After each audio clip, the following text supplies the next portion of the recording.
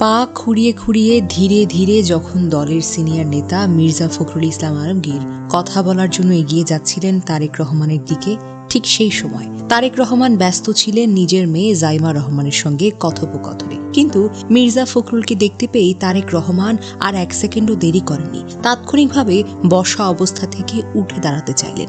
মির্জা ফখরুল ইসলাম আলমগীর সঙ্গে সঙ্গে তার হাত দুটো ধরে ফেললেন, বড় ভাইয়ের মতো, অভিভাবকের মতো স্নেহের ছোঁয়ায় তাকে আবার বসিয়ে দিলেন। এই ছোট্ট মুহূর্তে ফুটে ওঠে দুই প্রজন্মের নেতৃত্বের সৌন্দর্য।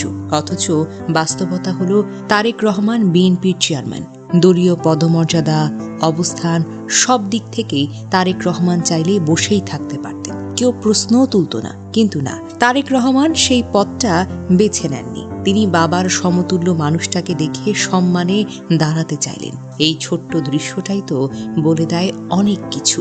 এখানে আছে নেতৃত্বের শালীনতা, আছে বড়দের প্রতি নিখাত সম্মান, আছে ক্ষমতার অহংকারহীন ব্যবহার। একদিকে একজন নেতা যিনি সম্মান দিয়ে দাঁড়ান, অপরদিকে একজন প্রবীণ রাজনীতিক যিনি সেই সম্মানকে ভালোবাসায় সামনে নেন। বেগম জিয়ার শোকসভা থেকে আরেকটি ভিডিও ভাইরাল হয়েছে।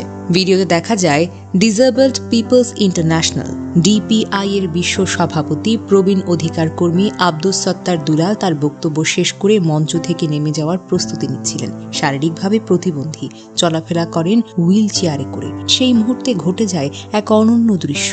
আব্দুস সত্তার দুলাল যখন ফিরে যাচ্ছিলেন তখন তারেক রহমান আর এক মুহূর্ত অপেক্ষা করেননি। নিজের আসন ছেড়ে ছুটে এসে দাঁড়িয়ে যান এবং সশ্রদ্ধভাবে তার সঙ্গে কুশল বিনিময় করেন। একজন প্রতিবন্ধী অধিকার কর্মী যিনি সারা জীবন লড়াই করেছেন অবহেলিত মানুষের মর্যাদার জন্য, তার সম্মানে উঠে দাঁড়ানো একজন রাজনৈতিক নেতা। এই দৃশ্য যেন নীরবে বলে দেয় তারেক রহমানের কাছে মানুষের আগে পথ পড়ে।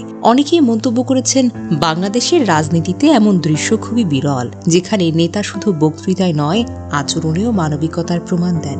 বেগম জিয়ার শোকসভা তাই শুধু শোকের অনুষ্ঠান হয়ে থাকেনি, এটি পরিণত হয়েছে নেতৃত্বের চরিত্র, সংস্কৃতি ও মূল্যবোধের এক নীরব প্রদর্শনীতে। একদিকে দলের মহাসচিবের প্রতি সম্মান, অন্যদিকে প্রতিবন্ধী অধিকার কর্মীর প্রতি দাঁড়িয়ে অভিবাদন। এই দুই দৃশ্য মিলিয়ে একটি কথাই স্পষ্ট হয়ে ওঠে, নেতৃত্ব মানে উচ্চ আসনে বসে থাকা নয়, নেতৃত্ব মানে প্রয়োজন হলে আসন ছেড়ে উঠে দাঁড়ানো। এই ভিডিওগুলো ভাইরাল হওয়ার কারণ এখানে। মানুষ পদমর্যাদার রাজনীতি নয়, মানুষ দেখতে চায় মানবিক নেতৃত্ব।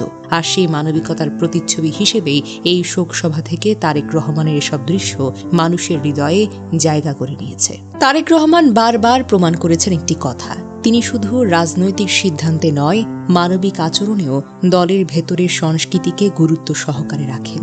দলের বড়দের সম্মান, সহযোদ্ধাদের মর্যাদা, এগুলো তার কাছে কেবল আনুষ্ঠানিকতা নয়, বরং রাজনৈতিক নৈতিক ভিত্তি।